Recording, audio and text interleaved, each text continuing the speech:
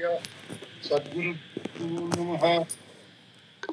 అస్మద్గురు సమారంభం కృష్ణ సాందీప మధ్యమం ఓంకార పీఠ పర్యంతం వందే గురు పరంపరం. ద్వయాత్మరహిత సిద్ధాంతం పరమ పురుష ప్రబోధక శ్రీ వివేకానంద సుబ్బయార్య సద్గురుభ్యో నమో నమః. మనము అంశాలను విచారిస్తున్నాము. ఇందులో మనము ఈ పరిపూర్ణ బోధక అధికారులు ఎవరు, అనధికారులు ఎవరు అనే సబ్జెక్టు విచారిస్తున్నాము.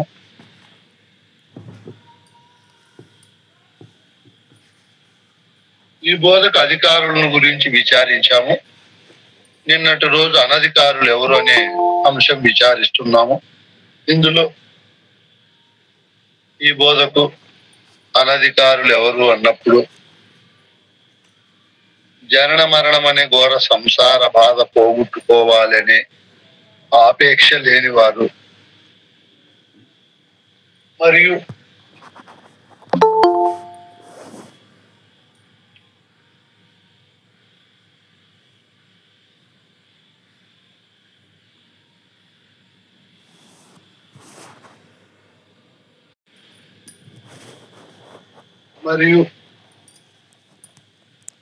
గురువుకు శాస్త్రోక్తంగా తనుమన ధనములు దారపోసి సాంప్రదాయ గురువు దగ్గర త్రివిధ దీక్షలు తీసుకున్నటువంటి వారు, మరియు సాధన చతుష్టయ సాధన సంపదలు లేనివారు, వీళ్ళందరూ కూడా పరిపూర్ణ బోధక అనధికారులని మనకు కృష్ణ ప్రభువులు పరశురామ నరసింహదాస్ స్వామి గారు చెప్పారు. శివరామ దీక్షితులు ఈ పరిపూర్ణ బోధకు ఎవరయ్యా అనధికారులు అంటే, మూలము లేని ఈ గుర్తెరిగే శరీరము పరమాత్మని, అదే పరిపూర్ణమని, అదే అచలమని అయి ఉన్న వారు ఈ పరిపూర్ణ బోధకు అధికారులు కాదు. రెండవది, శాస్త్రాలు గొప్ప, శాస్త్రాల సారాంశం ప్రకారం మనం విచారణ తెలుసుకొని శాస్త్రమే నిబద్ధి అనేవారు ఈ పరిపూర్ణ బోధకు అధికారులు కాదు. మూడవది, దేవతా భ్రాంతి ఉన్నవారు ఈ బోధక అధికారులు కాదు. నాలుగవది, ఎదురుబడి వాదించేవారు ఈ బోధకు అధికారులు కాదు. ఐదవది, గురుసేవ చేయనటువంటి వారు ఈ బోధక అధికారులు కాదు. ఆరవది, నేను ఏది అంటే అదే అనే మూర్ఖులు పరిపూర్ణ బోధక అధికారులు కాదు. 7, కర్మాలే గొప్ప, కర్మమే అన్నిటికీ మూలము అనేవారు పరిపూర్ణ బోధకు అధికారులు కాదు. మనం చెప్పుకున్నాం నిన్న, కర్మలు సంకల్పితంగా అసంకల్పితంగా ఉంటాయని, అసంకల్పిత కర్మలు వాటికి అవే జరుగుతూ ఉంటాయి. సంకల్పిత కర్మలు సంకల్పానికి మూలమైన ఎరుక చేత ఆలోచన లేదా వాటిని చేయాలనే కోరిక ఏర్పడినప్పుడు ఆ కర్మలు జరుగుతూ ఉంటాయి. ఏది ఏమైనా మనకు కొంతమంది భాగవతములో కర్మమున బుట్టు జంతువు, జంతువు అంటే పశువు అని అనుకోకూడదు, మనం ప్రాణి అని అర్థం, జీవుడు అని అర్థం. కర్మము వల్లనే వృద్ధి చెందుతాది, మరియు కర్మము వల్లే నశిస్తాది. ఈ కర్మమే దైవం అని భాగవతంలో చెప్తారు. అయితే ఇది 2 రకాలుగా మనం ఆలోచన చేయాలి. సంకల్పిత కర్మల వల్ల జన్మలు రావడము, ఆ జన్మలో చేసిన మళ్ళీ కర్మల వల్ల మళ్ళీ జన్మలు రావడము, ఇది ఒక బోధ. ఇంకొక రకమైన బోధ ఎలా ఉంటుంది అంటే,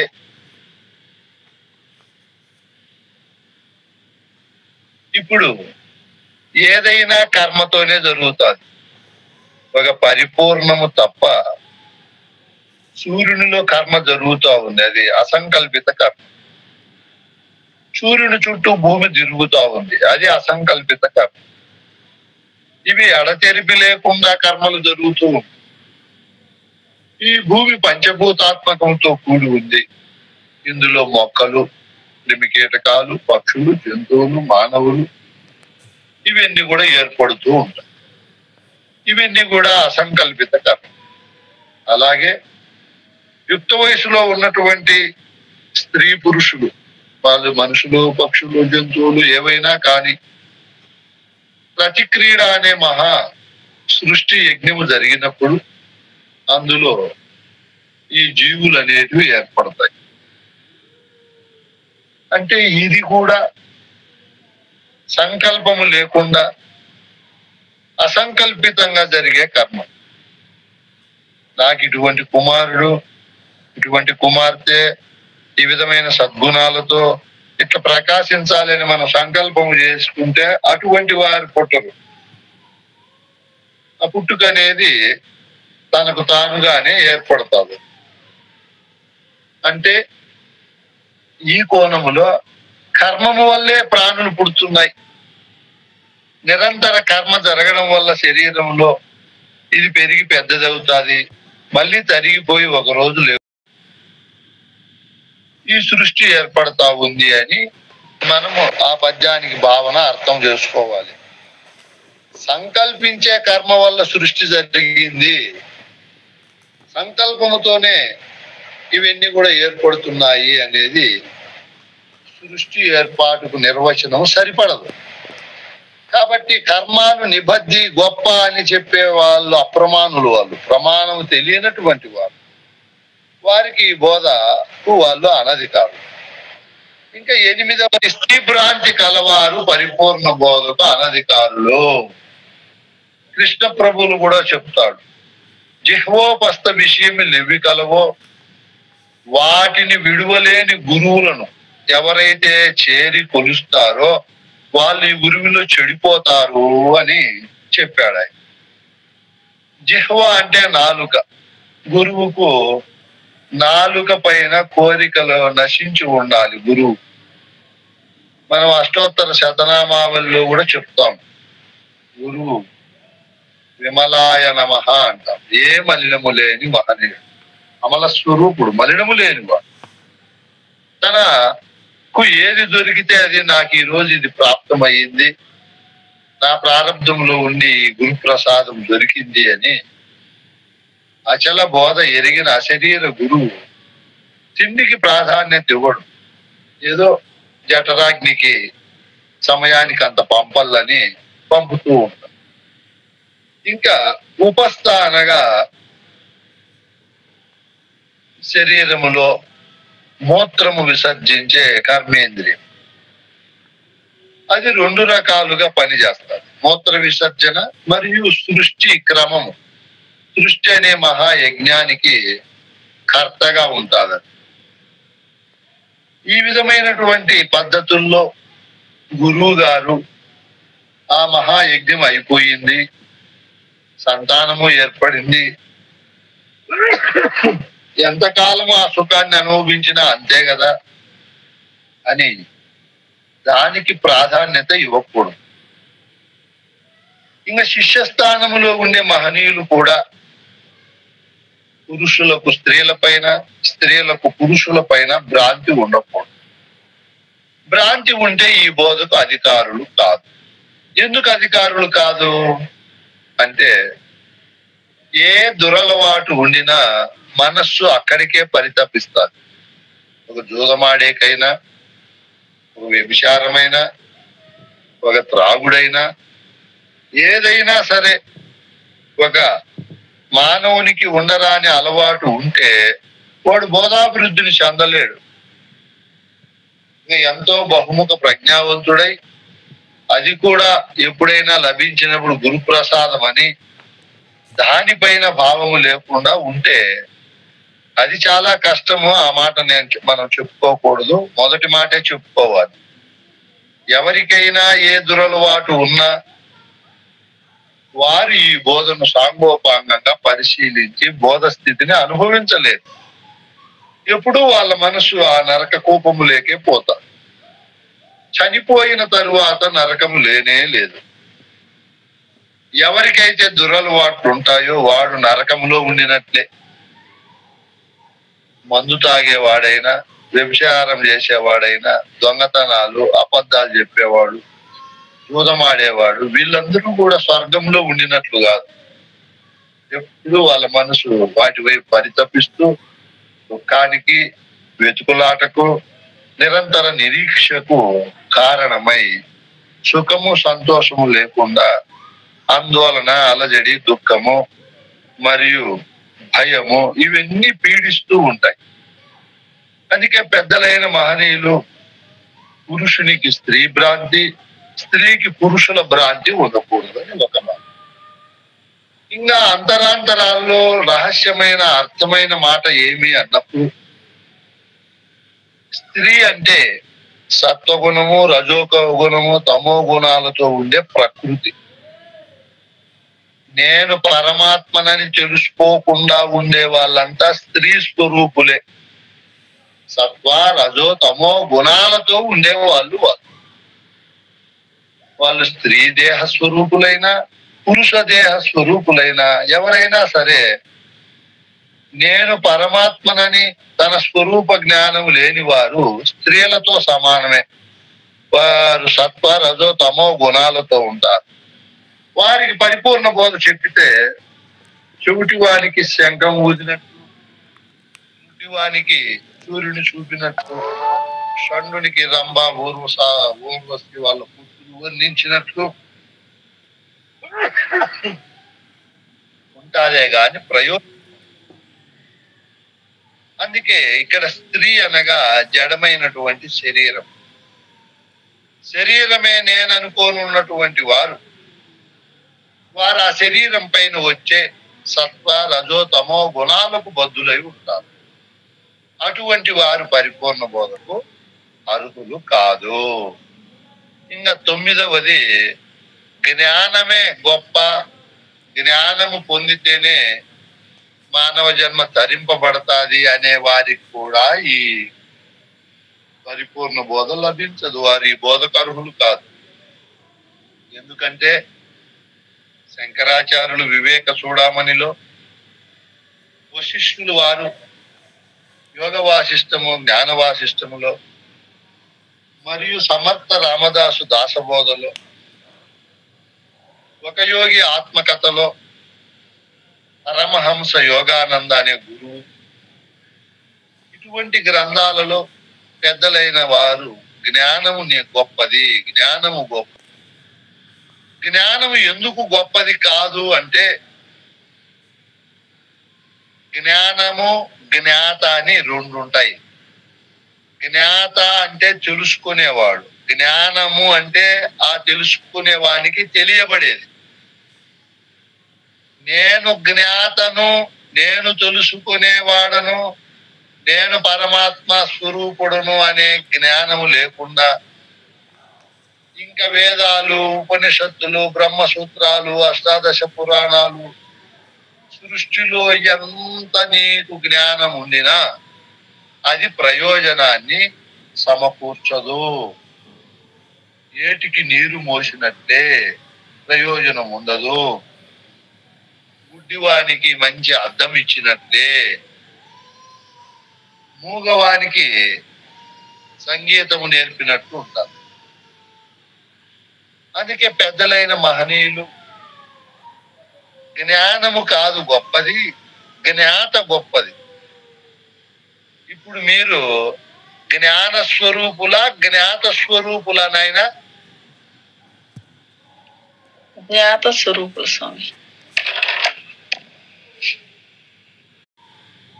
నేనే పరమాత్మను అనే జ్ఞానము లేకుండా మిగతా ఎంత జ్ఞానం ఉండినా ఈ పరిపూర్ణ బోధకు అర్హులు కాదు. నేను పరమాత్మ స్వరూపుడును, నేనే ద్రష్టను, నేనే జ్ఞాతను, నేను జ్ఞానమును కాదు అని ఎవరికైతే తెలియబడుతుందో వారే ఈ పరిపూర్ణ బోధకు అర్హులు. ఇంకా 10వది భక్తి గొప్ప అనేవారు పరిపూర్ణ బోధకు అర్హులు కాదు. భక్తి అనగా ఏ భక్తి గొప్పది అన్నప్పుడు, ఇప్పుడు సృష్టిలో మనము భక్తిని గురించి కూడా ఒక సబ్జెక్టు విచారించాం. భక్తి అనేది బాహ్య భక్తి 9 రకాలుగా ఉందని, మరియు ఏకాంత భక్తి, అనన్య భక్తి ఉందని, ఈ ఏకాంత భక్తితో అనన్య భక్తితో బాహ్య భక్తి 9 రకాలుగా ఉన్నటువంటి దానితో అనేక మంది కడతేరారు. వాళ్ళు సాలోక్య, సామీప్య, సారూప్య, సాయుధ్య, సాష్టిత్వ, విదేహ కైవల్య ముక్తులు పొందారు, జీవన్ముక్తిని పొందారు అని ఎన్నో కథలు. ఈ భక్తి అనేది పరిపూర్ణ బోధకు ఏమాత్రము సరిపడదు. పరిపూర్ణ బోధను తెలుసుకునేకి ఈ భక్తి చాలదు. భక్తే గొప్పది అనేవారు పరిపూర్ణ బోధకు అర్హులు కాదు. ఇప్పుడు మరి మనమందరము గురు భక్తి చేయాలి అంటున్నాము. మరి ఏ విధమైన భక్తి గొప్పది నాయన? నేను పరమాత్మ స్వరూపుడనని గాలి లేని చోట దీపము ఎలా ప్రకాశిస్తాదో ఆ విధమైనటువంటి నిశ్చల నిరామయ నిర్వికార స్థితిలో గురువు బోధను ఎవరైతే శ్రవణము చేస్తారో అదే గొప్పది. నిన్న చెప్పుకున్నాం మనం. గురు సేవ అనగానేమి అంటే ఆ పరమాత్మ స్వరూపుడు గురువు అన్నిటికంటే గొప్పవాడు. నేను ఆ స్వరూపుడునే, నేను గురువునే, నేను లఘువును కానే కాదు. నేను పరమాత్మ స్వరూపుడనని తాను పరమాత్మ స్థానములో ఉండి, తన స్థానం అదే నిజముగా అక్కడ నుంచి పరిపూర్ణాన్ని లేని ఎరుకను విచారించి ఎరుకను విడుచుటే గురుసేవ. గురువును సేవించడము అంటే ఎంత గొప్ప మాటలో ఈ మాట.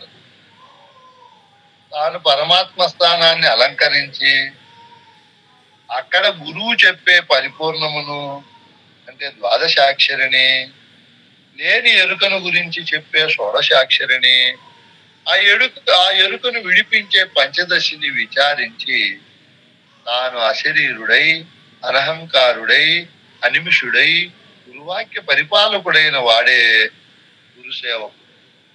గురుసేవ అంటే అంత గొప్ప మాట. గురు భక్తి అంటే గురువుకు తాంబూలము, వస్త్రములు, ధనము, ధాన్యము, వాహనములు, భూషణములు మరియు ఆహార పదార్థాలు, ఫలములు, పండ్లు, కడ్డీలు, టెంకాయ, కర్పూరము ఇవి ఇచ్చి చేసేది కాదు గురుభక్తి. తనకు బంధ కారణమై తనను బాధ పెడుతూ తన స్వరూపాన్ని తెలుసుకోకుండా మహాకోటల వలె అడ్డుపడే ఈ శరీరము, ప్రాణము, మనస్సు, ధనమును గురువుకు దక్షిణగా సమర్పించి తాను పరమాత్మ స్థానంలో ఉండి ఆ గురువుకు చేసే భక్తి, ఆ గురువాక్యం పైన, ఆ గురుబోధ పైన తప్ప ఇంకా ఎక్కడే గాని అన్యము మనస్సును పంపకుండా అత్యంత జాగరూకుడై అత్యంత విశాలమైనటువంటి భక్తితో గురుబోధనే నిరంతరము శ్రవణ, మనన, నిధిధ్యాసలు చేయడమే గురుభక్తి. ఈ భక్తే ఫలప్రదమైనది, ప్రయోజనకరమైనది. మిగతా ఏ భక్తి చేసినా ప్రయోజనం. కాబట్టి ఆ భక్తే గొప్పదనే వారు కూడా పరిపూర్ణ బోధక అధికారులు కారు. ఇప్పుడు మీకు 10 మందిని చెప్పారు, 10 కంటిన్యూగా గుర్తు పెట్టుకోవాలి. నిద్రలో లేపి అడిగినా కూడా చెప్పాలి. మొదటిది ఏది అంటే మనము లేని ఈ గుర్తిరిగే శరీరం అయి ఉన్న పతితులు పరిపూర్ణ బోధకు అనధికారులు. శాస్త్రాలు గొప్ప అనేవారు పరిపూర్ణ బోధకు అనధికారులు. దేవతలు ఉన్నారు అనేవారు పరిపూర్ణ బోధకు అనధికారులు. ఎదురుబడి వాదించే వాళ్ళు పరిపూర్ణ బోధకు అనధికారులు. గురుసేవ చెయ్యని వారు పరిపూర్ణ బోధకు అనధికారులు. నేను ఏదంటే అదే అనేవాడు మూర్ఖుడు. పరిపూర్ణ బోధక అధికారి. కర్మాలు నిబద్ధి అని కర్మాలను అనుసరించే వాళ్ళు పరిపూర్ణ బోధక అనధికారులు. ఇక్కడికి చెప్పాము 7. ఈ రోజు 3 చెప్పాము. ఏం చెప్పాము? మొట్టమొదట స్త్రీల భ్రాంతి ఉండేవారు పరిపూర్ణ బోధకు అధికారులు కాదు. జ్ఞాన భ్రాంతి ఉండేవాళ్ళు పరిపూర్ణ బోధకు అధికారులు కాదు. భక్తి భ్రాంతి ఉండేవాళ్ళు పరిపూర్ణ బోధకు అధికారులు కాదు. ఇప్పుడు 11వది, వైరాగ్యమే గొప్పదనే మూర్ఖులు పరిపూర్ణ బోధకు అధికారులు కాదు. వైరాగ్యముతో చాలా మంది ఉన్నారు. వైరాగ్యము అంటే దేనిపైన రాగము లేకుండా ఉండడం. శరీరం పైన, ఇంద్రియాల పైన, ధనకనక వస్తు వాహనాది విషయాల పైన, భార్య, తల్లి, తండ్రి, పిల్లలు, గృహము మొదలైన వాటిపైన రాగము లేకుండా ఉండడం. ఇటువంటి వైరాగ్య పరులు ఈ మూర్ఖులు పరిపూర్ణ బోధకు అధికారులు కాదు అని వాళ్ళను మూర్ఖుల కింద జమగట్టారు. ఎందుకు నాయన? ఎందుకు వాళ్ళను మూర్ఖులు అన్నారు? మూల వస్తువును అట్లే పెట్టుకుని ఉండారు. అవును స్వామి, నేను అట్లే పెట్టుకొని అన్ని మాయ, ఇది మాయ, అది మాయ అని వాటి మీద వైరాగ్యం పెట్టు. ఒక్కసారి మాకు చర్చ వచ్చింది. ఒక అద్వైత పేరు మోసిన గురువు, మీరు అచలులు, మీరు గృహస్థాశ్రమంలో ఉన్నారు, మీరు సకల కర్మాలు చేస్తూ సకల వ్యవహారాలతో మునిగి తేలుతూ ఎలా మీరు ముక్తిని మోక్షాన్ని పొందుతారు అని.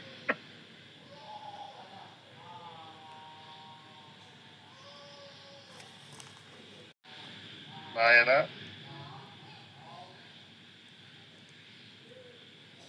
మీరు చెప్పేది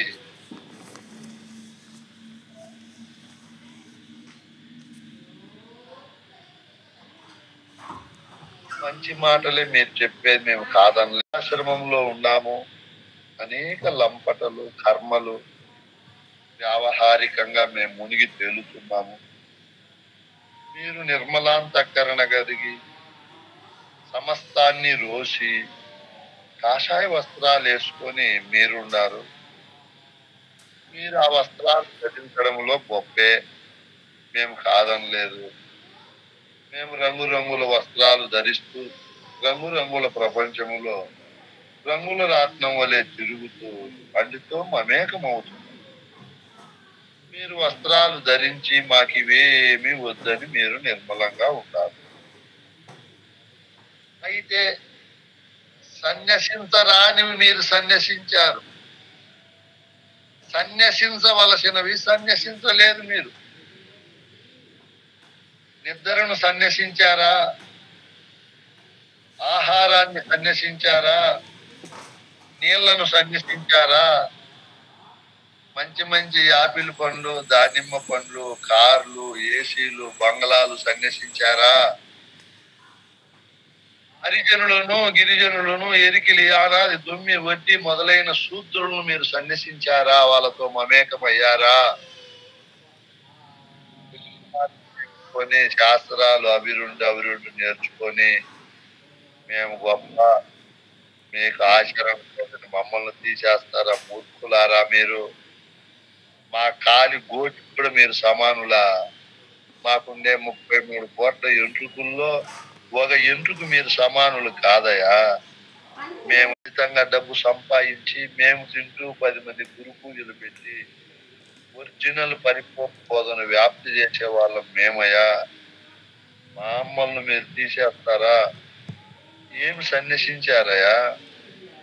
పిల్లలు కూడా సన్యసిస్తారు. 3 వికారాన్ని సన్యసించాం, అది గురువుకు దక్షిణగా ఇచ్చాం. అది లేకుండా గురువాక్య పరిపాలనతో జీవిస్తున్నామయ్యా. ఫలాపేక్ష రహితులమై నిస్వార్థ పరులమై గురువాక్య పరిపాలన దక్షులమై జీవిస్తున్నాం. ఏం మాలో ఆచరణ లేదు? మేమేమన్నా దొంగతనాలు చేస్తున్నామా? వ్యభిచారం చేస్తున్నామా? మందు తాగుతున్నామా? మోసం చేస్తున్నామా? పరుల డబ్బులు కావాలని పాపభీతి కలిగించే మాటలు చెప్తున్నామా? బ్రహ్మస్వామి ఎక్కడ ఉపన్యాసం చెప్పినా నీవే పరమాత్మ నాయనా, నీకంటే పరమాత్మ లేదు. కులభేదం, మతభేదం, జాతి భేదం వదలండయా, అందరము సమానమే, ఉన్నంతలో తృప్తిపడండి. ఈ సత్యమైన మాటలే మేము చెప్తున్నామే గాని ఈ వలే నేర్చుకుని వాళ్ళ తక్కువ 3 రోజులు అన్నం సన్నిధించండి, మిమ్మల్ని ఒప్పుకుంటాము. నీళ్లు సన్నిధించండి ఒక రోజు. అందరూ నాకు భార్య వద్దు, పిల్లలు వద్దు, నేను కర్మ చేయను అంటే మీ తాత బండి ఇస్తాడా? ఒడ్లు బియ్యము ఇవన్నీ ఎవరే అప్పటించేది?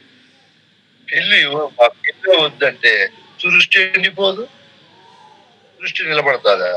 మీ అమ్మ వద్దు అనుకోండి, మీరు ఎక్కడి నుంచి వస్తుంది? సృష్టికి ఎదురీదకూడదా వస్తున్నారు? అబ్బా, ఈ ప్రశ్న ఎవరు అడగల బ్రహ్మానంద రెడ్డి, ఎంత గొప్ప ప్రశ్నలు అడిగినావు, నిజమే నాయన నువ్వు చెప్పేదని గమ్మున అయిపోయారు వాళ్ళు.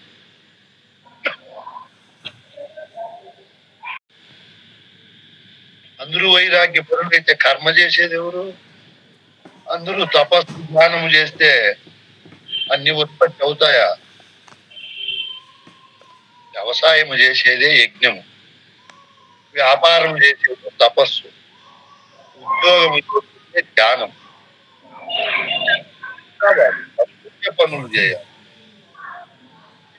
నాకు ఏమి వద్దు, అది మాయా ఇది మాయా అని అన్నిటినీ మాయ చేసి మీరు ఆడ జీవిస్తున్నారు? కొత్త ప్రపంచంలో జీవిస్తున్నారా? కన్లా మాయంట్రీ, బిడ్డలు మాయంట్రీ, ఇల్లు మాయంట్రీ, టోటల్ మీద ప్రపంచమే మాయంట్రీ.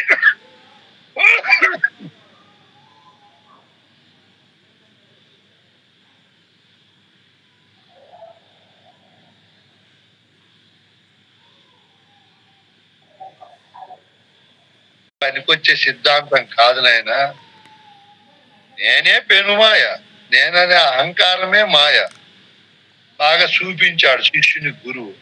పెనుమాయను చూడుము, ఇదే పెనుమాయ. నేననేదే పెనుమాయ, పెద్ద మాయ. మాయలో కూడా వాటిని మాయ అనకూడదు, వాటిని ప్రేమించాలి. బట్టలను మాయ అనకూడదు, ఇల్లును మాయ అనకూడదు, అన్నం మాయ అనకూడదు, బంగారు మాయ అనకూడదు, ధనం మాయ అనకూడదు, కార్లు మాయ అనకూడదు, పట్టు చీరలను మాయ అనకూడదు.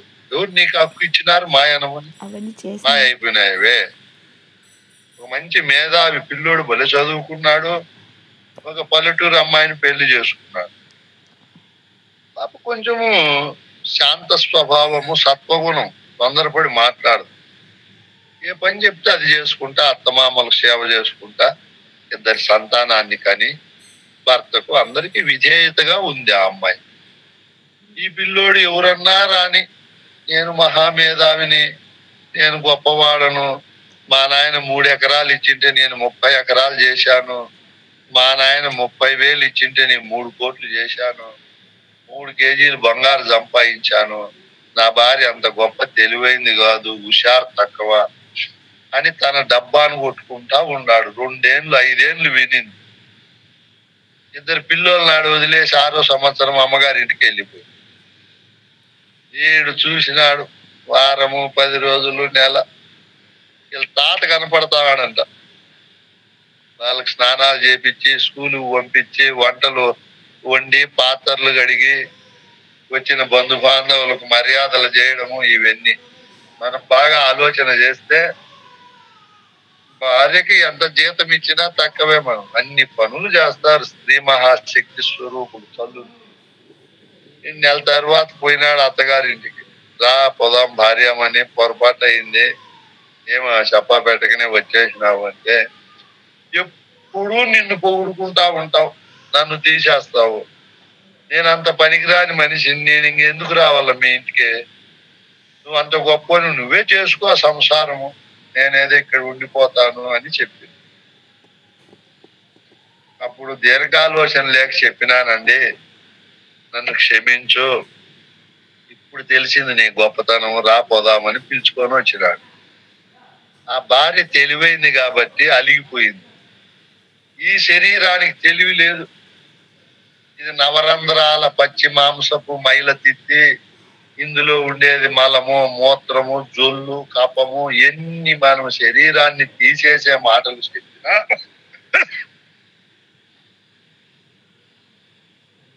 మాటలు చెప్పినా అది జడము కాబట్టి అలిగిపోలాది. ఆ భార్య అలిగిపోయినట్లు ఈ శరీరము గాన అలిగిపోయా ఒక రోజు ఒక గంట పోయినా ఈయన బుడబడక ఏం వాగదు. వీడు దేహం లేకపోతే చూడలేడు, వినలేడు, చెప్పలేడు, నడవలేడు, మాట్లాడలేడు, లాస్ట్కి అన్నము తినలేడు, స్నానం చేయలేడు, బట్టలు వేసుకోలేడు, ఏమీ చేసుకోలేడు. ఈడు జడం కాబట్టి పాప మా శరీరాన్ని, ప్రపంచాన్ని ఈడు మాయ అనుకో, ఇంకొకటి అనుకో, కల వంటిది అనుకో, గొడ్రాలు బిడ్డ వంటిది, అణమావుల్లో నీళ్లు వంటిది, ఇట్లా ఏం పేర్లు పెట్టి చెప్పినా అది గమ్మునుంది పాపం జడం కాబట్టి. ఇప్పుడు అచల గురువులు, మేధావులు, బహుముఖ ప్రజ్ఞావంతులు ఆలోచన చేశారు. ఓ అమ్మ, ఈ బోధలో దోషం ఉంది. దేహం లేకపోతే దేహి ఉండలేదు. దేహాన్ని ఎందుకు మాయ అనాలి? భార్య పిల్లల్ని ఎందుకు మాయ అనాలి? నేనే మాయ, నేనే లేకనే వచ్చాను, నేను రోజు మళ్ళీ లేకుండా పోతాను.